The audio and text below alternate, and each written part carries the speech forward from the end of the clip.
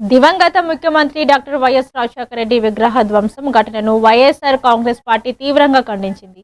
కడపలో నిర్వహించిన media సమావేశంలోని party నాయకులు మాట్లాడుతూ ఈ ఘటన ప్రజల మనోభావాలను దెబ్బతీసిందని అన్నారు. విగ్రహ ధ్వంసానికి బాధ్యులపై తక్షణమే చర్యలు చేపట్టాలని డిమాండ్ చేశారు. ఇక ఈ ఘటనపై నిష్పక్షపాతంగా పాత విచారణ జరిపి దోషులను కఠినంగా శిక్షించాలని ప్రభుత్వాన్ని కోరారు.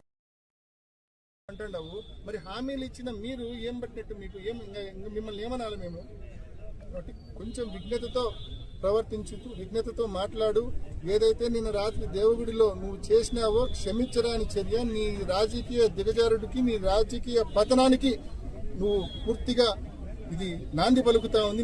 నిన్న మధ్యరాత్రి ఏదైతే రాజశేఖర రెడ్డి గారి విగ్రహాన్ని నువ్వు ధ్వంసం చేయించావో ఇంతతో నీ రాజకీయ, ఎందుకంటే దేవుడు కూడా క్షమించాడు, ప్రజలు క్షమించారు. ఇంత దిగజారుడు రాజకీయాన్ని అంటే చంద్రబాబు నాయుడు గారి దగ్గర మెప్పు పొందాలా, తద్వారా మంత్రి పదవి పొందాలా, లేకుంటే ఇంకా ఏమన్నా వర్కులో కాంట్రాక్ట్లో కొత్తగా వచ్చే స్టీల్ ప్లాంట్ పనులన్నీ ఆయన వశం చేసుకోవడానికో ఇప్పటికే జమ్మలమడుగు నియోజకవర్గంలో ఏది సోలార్ ప్లాంట్లు ఆయన కంట్రోలే, సిమెంట్ ప్లాంట్లన్నీ ఆయన కంట్రోల్, భూ బేస్ కంట్రోల్, పూర్తిగా ఈ రెండు అన్ని ఇంకా వచ్చే స్టీల్ ప్లాంట్ కూడా ఆయన కంట్రోల్లో తీసుకోవడానికి చంద్రబాబు నాయుడు గారిని ప్రసన్నం చేసుకోవడానికి మరి మంత్రి పదవి కోసం చేస్తాడవా లేకుంటే దేనికోసం చేసినావో కానీ నువ్వు చేసిన ఈ చర్య మాత్రం క్షమించరాని చర్య.